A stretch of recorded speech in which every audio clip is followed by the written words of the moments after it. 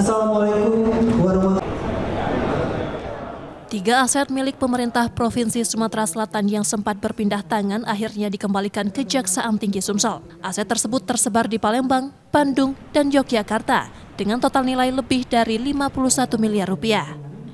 Aset tersebut sebelumnya dikelola Yayasan Batanghari 9 dan sempat dijual oknum yang tidak bertanggung jawab. Proses hukum panjang yang melibatkan penelusuran dan pembuktian akhirnya membuahkan hasil. Salah satu aset yang paling bernilai secara historis adalah asrama mahasiswa di Jalan Puntodewo, Yogyakarta yang selama ini menjadi tempat tinggal mahasiswa asal Sumsel. Selain itu, aset di Jalan Purnawarman, Bandung berupa lahan dan bangunan kini telah bersertifikat atas nama Pemprov Sumsel. Begitu pula dengan sebidang tanah di Jalan Mayor Ruslan, Palembang yang telah resmi dikembalikan. Berkat kerja yang keras, cerdas dari Kejaksaan Tinggi Sumatera Selatan, aset itu sudah dikembalikan ke Pemprov Sumatera Selatan. Aset itu bukan hanya nilai nominalnya yang tinggi, tapi nilai sejarahnya. Lagi, Pak?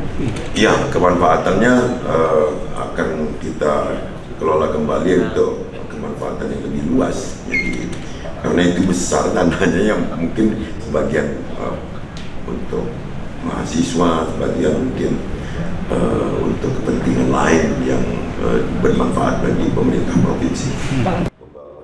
Meski sempat tak tercatat secara administratif selama puluhan tahun, Kejati Sumsel berhasil menelusuri dan membuktikan kepemilikan sah atas aset-aset tersebut. Putusan ingkrah dari Mahkamah Agung atas aset di Yogyakarta menjadi langkah penting dalam pengambilan aset ke negara. Itu memang sulit ya, ini kan sebuah tantangan. Jadi ini persoalan yang sangat pelik dalam melakukan pengejaran aset-aset ini. Bayangkan itu sudah 73 tahun yang lalu. Sehingga memang membutuhkan kinerja yang kuat dari teman-teman di Datun, di Pitsus, baik itu di penyidikan dan penuntutan. Itu saya kira soal yang teknis ya, karena memang sangat sulit. Oke? Rencana pemanfaatan ketiga aset tersebut kini difokuskan untuk kepentingan publik khususnya pendidikan. Asrama dan lahan yang ada akan dibangun kembali dan dikelola agar memberi manfaat lebih luas bagi generasi muda Sumsel yang menempuh pendidikan di luar daerah. Tim Liputan Kompas TV, Palembang, Sumatera Selatan.